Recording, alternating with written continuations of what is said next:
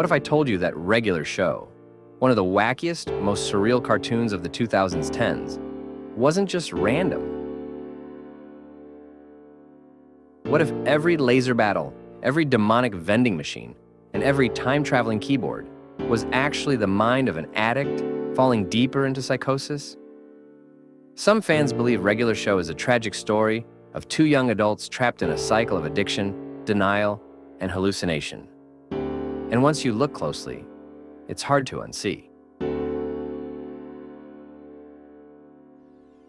On the surface, Regular Show is just two bros, Mordecai and Rigby, working at a park, playing video games and slacking off. You know, classic cartoon nonsense. But then things get weird. Like, really weird. We're talking death battles with the internet, cosmic coffee bean cults, and alternate realities. And yet, they always end up back in the same spot. Still broke, still stoned looking, still stuck in the park, like nothing ever happened. Now think about this. Mordecai and Rigby are in their early 20s, no ambitions, no direction. And no matter how many times they save the universe, they go right back to playing video games and eating snacks. It's like they're numb to everything. This is where the theory begins. What if all these insane adventures aren't real? What if they're drug-induced hallucinations, or worse, delusions triggered by trauma? Let's take a closer look at their lifestyle. They're unemployed burnouts who constantly avoid responsibility.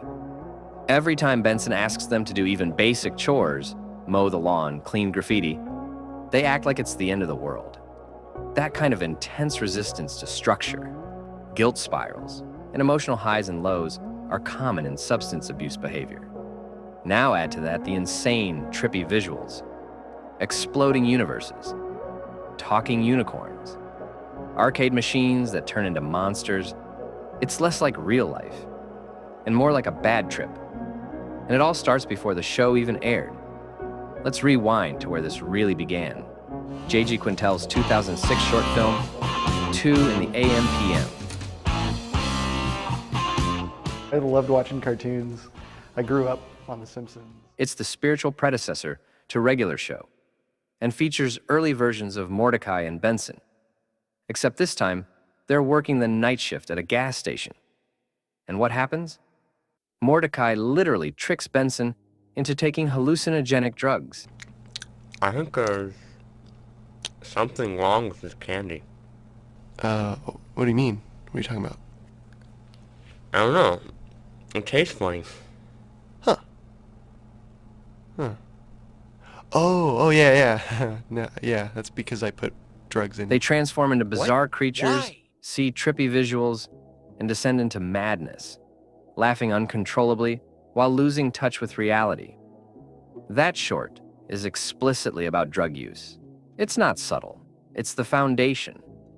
So when Regular Show starts off clean, but maintains the same characters, dynamics, and style, it begs the question, did the drugs really go away? Or did the hallucinations just become normalized? Okay, so where are they really? The theory goes deeper, suggesting that the park itself is actually a metaphor for a rehab center or a mental institution.